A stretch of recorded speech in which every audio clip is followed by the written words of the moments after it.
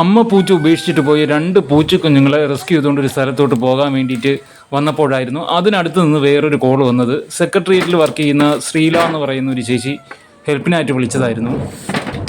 അമ്മ നായ വെളിയിൽ പോയ സമയത്ത് കൂട്ടത്തിൽ നിന്ന് പുറത്തോട്ട് ചാടി മഴ നനഞ്ഞ് കിടക്കായിരുന്നവൻ.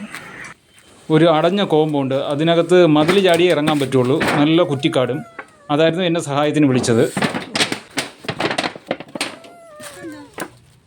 ഇവിടെ പ്രസവിച്ചിട്ടതെന്ന് തോന്നുന്നു ഉടനെ ഉള്ളത്.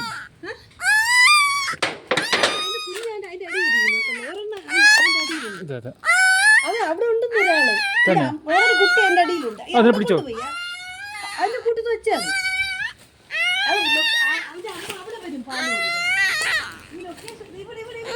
എവിടെ?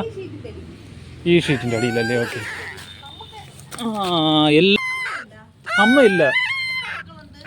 ഇവർ 1 2 3 4 5 6 പേരുണ്ട്.